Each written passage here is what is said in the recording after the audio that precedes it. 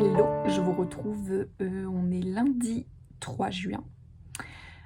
Oui, je reviens ici tous les jours parce que quand je démarre un nouveau junk journal, je pense junk, je dors junk, je mange junk, j'ai envie de faire ça toute la journée. Donc je suis à fond dessus, tellement à fond qu'en fait hier soir j'ai continué à créer dessus en soirée pour avancer un peu et je vous ai mis quelques images. Vous avez vu que j'ai par exemple teint des papiers, enfin j'ai peint des papiers pour uniformiser un peu l'ensemble. Donc par exemple les photos que j'ai récupérées, je les ai passées au pochoir avec de la peinture bleu, vert, doré, etc. J'ai peint des papiers dans ces couleurs-là aussi. Comme ça, j'avais mes bases en fait pour créer la structure du journal. Et donc hier, j'ai assemblé vraiment les bases de mon junk et ça donne ceci. Ouh, je suis très contente. Voilà, donc on est en format horizontal, comme je vous avais dit. Pour l'instant, j'ai simplement assemblé au double face.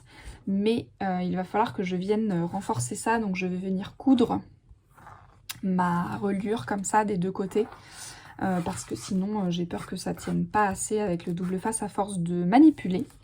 Mais donc voilà, on a la couverture ici. Là on retrouve le titre de notre livre, La plongée, qui se fond dans la peinture comme ça. Et donc à l'intérieur on a pour l'instant donc le premier flap qui existait déjà, je suis simplement venue mettre un peu d'aquarelle ici pour colorer. Et puis là, il y a l'accordéon en carton qui existe déjà donc sur la plongée, que je vais utiliser comme base en fait pour venir créer dessus. J'ai rajouté ici hop, un flap comme ça. Donc c'est une image en carton que je suis venue, vous voyez, peindre. On voit un peu là en doré au pochoir. Et puis j'ai clippé dessus une petite enveloppe, hop là, vous voyez là le dos de la carte que j'ai pas encore travaillé, j'ai laissé neutre.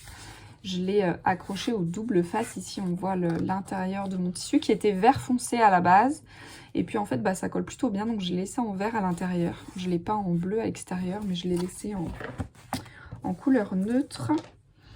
Et donc ma petite pochette, c'est simplement une page de magazine que je suis venue plier, et en fait j'ai passé un fil comme ça de couture pour accrocher ici l'ouverture, et donc on retrouve mes petits nénuphars ici comme ça. J'aime trop, une petite pochette. Et pour l'instant j'ai simplement glissé des pages de carnet à petits carreaux pour pouvoir venir prendre des notes. J'en ai mis quelques-unes, je pourrais compléter en fonction des besoins, n'est-ce pas? Donc ça, c'est pour la petite enveloppe clippée. Alors pour l'instant, j'ai rien décoré ni rien. C'est vraiment, on est sur la structure de base. Ici, je suis venue couper en deux une carte que j'ai retravaillée à la peinture ici. On voit les motifs. Hop, j'ai utilisé toujours le même pochoir, comme ça j'ai toujours les mêmes motifs et ça me fait une continuité. Donc il faut encore que je travaille la fermeture de cette partie, mais donc on aura un flap ici pour venir noter, et puis un flap en bas, hop, pareil. Et là j'ai rajouté encore un petit, attendez, ça devient difficile à manipuler, hop là, un petit flap, vous voyez, avec j'ai découpé des petites vagues pour glisser des petites choses, des petites cartes et des petites choses. Voilà pour l'instant la structure donc hop de mon journal. Je pense, j'ai laissé exprès, attendez que je vous remonte, j'ai laissé exprès de la marge à l'intérieur ici pour que je puisse venir mettre un peu d'épaisseur dans mon journal, parce que pour l'instant il est tout plat. Et ma foi, je me tâte à éventuellement rajouter un flap au milieu, accroché peut-être à la couverture. Je vais voir à l'utilisation ce dont j'ai besoin, n'est-ce pas? Je pense que vous glissez un peu là. Je suis calée un peu en mode voilà, arrache, en vlog. Voilà donc pour mes avancées, le tout accroché avec du masking tape, du scotch, du double face, du papier collé, etc. L'étape suivante, ça va être de faire les finitions entre guillemets de la structure de base. Donc ici, venir travailler mon accroche notamment. Ici, réfléchir à comment je couvre l'autre côté là de mon rabat. Ici, je vais encore faire 2 petites enveloppes qui s'ouvrent pour les rituels de lune. Hop là, je vous perds. Donc 2 petites enveloppes ici à rajouter. Et puis, travailler le fond de mon accordéon ici, là, en carton, qui est pour l'instant tel quel. Voilà ce qui va être les prochaines étapes. Et puis, il faudra que je travaille un peu la couverture. J'ai envie de lui mettre un titre, en fait, à mon junk, hein, pour l'associer au Mermaid Tarot. Je pense, vous savez, j'avais gardé, mais alors il est au fond de la boîte, donc je ne l'ai pas sorti, mais j'avais gardé, vous savez, un fil vert avec des petits pompons, et j'ai bien envie d'utiliser ça pour coudre ici, et garder les pompons soit en haut, soit en bas. Voilà, faut que je regarde ça, et je pense qu'ici, je vais venir ajouter un ruban, donc là, je vais utiliser les rubans que j'ai teints, donc que j'ai fabriqués, pour venir ici fermer mon petit journal. Voilà pour l'étape du jour. Je vous retrouve un peu plus tard, peut-être avec mon jeu, parce que pour l'instant, j'ai simplement pris le temps d'observer les cartes, mais voilà, comme j'avais pas d'espace pour créer dedans, enfin autour du jeu, pour l'instant, je n'ai rien écrit, j'ai pas pris de notes, etc. Et j'ai bien envie de prendre les notes de mes premières impressions du jeu. Donc je vous retrouverai peut-être un peu plus tard avec les cartes en main. Bye! Hello, je vous reprends. Ce soir, on est jeudi soir, jeudi 6 juin. Et j'avais envie ce soir de reprendre mes cartes. J'ai pas mal avancé sur le journal ces jours-ci. Je vous ferai un petit point demain quand il y aura un peu plus de lumière. Et ce soir, j'avais envie de ressortir et de jouer avec mes cartes un petit peu. Parce que du coup, j'ai pas trop pris le temps depuis 2-3 jours là. Et j'avais envie de passer mon jeu en revue et de pouvoir mettre de côté un peu les cartes, faire différents tas en fait. On retrouve souvent l'exercice des 3 tas, les cartes qu'on aime bien, les cartes qu'on n'aime pas, les cartes qui nous laissent neutres par exemple, dans les exercices de découverte d'un jeu. Moi j'aime bien élargir un petit peu en fait mes catégories, je fais un peu au feeling, mais j'aime bien mettre de côté les cartes qui m'interpellent par exemple, une interprétation différente de ce qu'on a l'habitude, ou voilà, quelque chose qui va me tilter.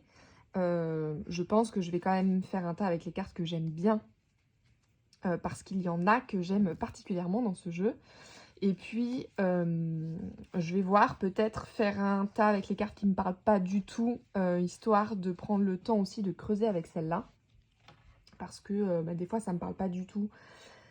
Parce que je comprends pas l'interprétation, par exemple, la réinterprétation. Et des fois, ça me parle pas du tout parce que juste l'illustration en elle-même ne me parle pas. Voilà, donc il y aura peut-être d'autres tas, on verra. Je vais prendre le temps de faire ça ici tranquillement. Je vous mettrai, je pense, pour vous un peu en accéléré. Et puis, je ferai un petit point avec vous quand j'aurai fait mon petit tri. Voilà, on est jeudi soir. Je fais ça, ma petite soirée tarot. Je pense que je vais mettre un petit film ou une petite série ici en fond. Et puis, je vous retrouve après.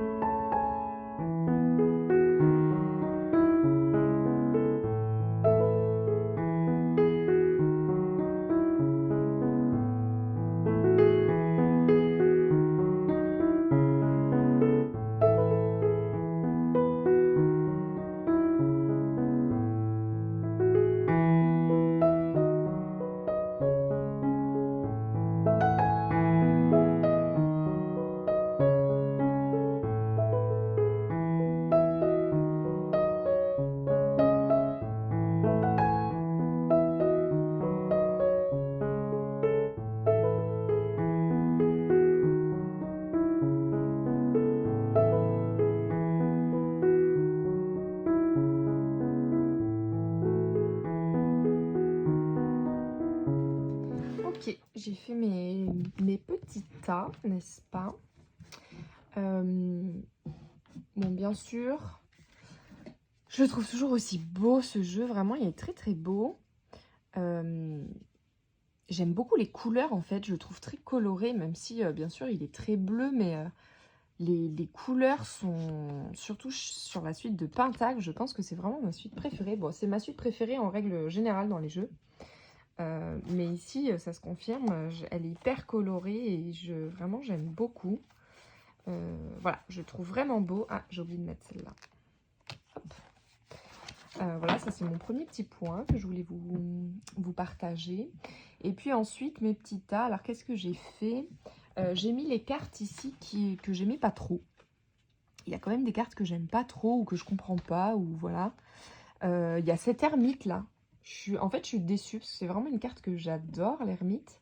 Et là, je sais pas, je le trouve, il est hyper terne par rapport aux autres cartes. Il a un environnement très dépouillé. Je comprends pas très bien parce qu'on dirait qu'il a des troncs d'arbres derrière. Pourtant, c'est une pieuvre ou un poulpe. Donc, on sait pas trop s'il est sous l'eau ou pas sous l'eau.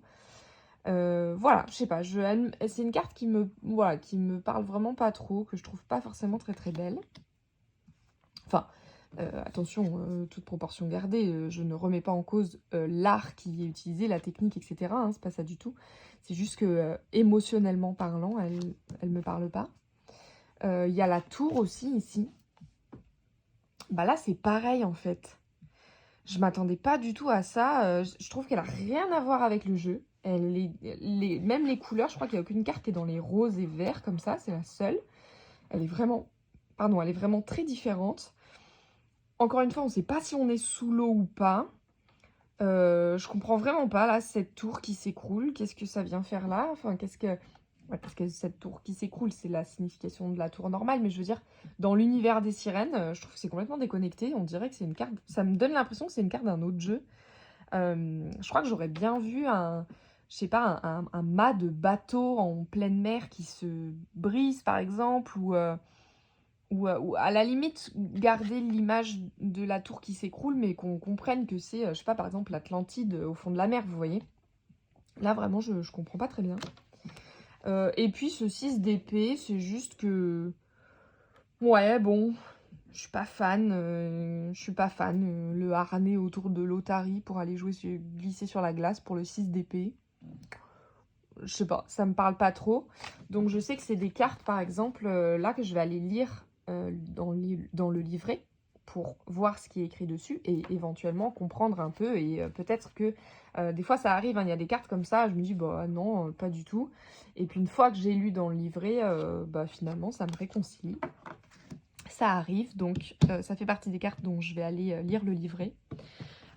Et puis dans la même veine, ici je me suis mis toutes les cartes qui ont une interprétation qui diffère un peu du Rider-Waite-Smith traditionnel, mais que je comprends pas forcément. De premier abord comme ça, voilà, ça me fait tilter de me dire mais qu'est-ce qu'elle a voulu dire, qu'est-ce qu'elle veut raconter avec cette carte. Et donc pareil, ça c'est typiquement les cartes où je vais aller lire le livret pour en savoir un peu plus. C'est pas forcément des cartes que j'aime pas ou que j'aime bien, hein, c'est vraiment des cartes là où je me pose la question sur pourquoi elle l'a illustré comme ça. Il y a notamment le diable ici, je l'ai choisi parce que, en fait, on a le pendu déjà que j'ai mis dans ce tas ici, qui pour moi est assez proche, on est en termes d'énergie et de message de prime abord. Voilà, on a deux sirènes, triton ici, ou je sais pas si on dit triton pour le masculin de sirène, mais deux types sirènes qui sont enfermées, qui sont emprisonnées. Et donc là, je suis curieuse, autant sur le pendu, c'est assez clair, je trouve. Ça colle bien avec le message du pendu. Autant pour le diable ici, je suis curieuse d'aller creuser un peu la signification de pourquoi. Là, cette carte-là, elle me donnerait envie. D'ailleurs, je vais peut-être journaler avant d'aller lire le livret pour d'abord creuser mon opinion à moi. Parce que la première question que je me suis posée quand je l'ai vue à la découverte du jeu, c'est est-ce que la sirène est considérée comme le diable, incarne le diable, la diablesse, ou est-ce que c'est les personnes qui l'ont enfermé là qui représente le diable, vous voyez, le côté diabolique. Je me suis posé cette question et je me suis dit, tiens, c'est intéressant, ce serait intéressant à creuser.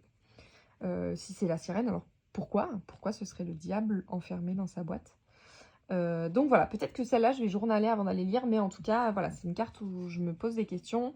Le 6 de denier aussi, puisqu'on est le 6 de denier dans la générosité, souvent, hein, on a souvent un personnage qui donne de l'argent à quelqu'un. Et là, je suis assez curieuse d'avoir la signification là, de tous ces personnages et qui sont en train de faire ces bulles de pentacle dans la rivière. Le 4 de denier aussi, je la trouve très très belle cette carte, mais j'ai l'impression qu'on n'est pas exactement dans l'énergie du je protège absolument mes 4 deniers là. J'ai l'impression qu'elle a ouvert un peu à autre chose, mais là comme ça, je capte pas quoi, donc pareil, je suis curieuse d'aller lire.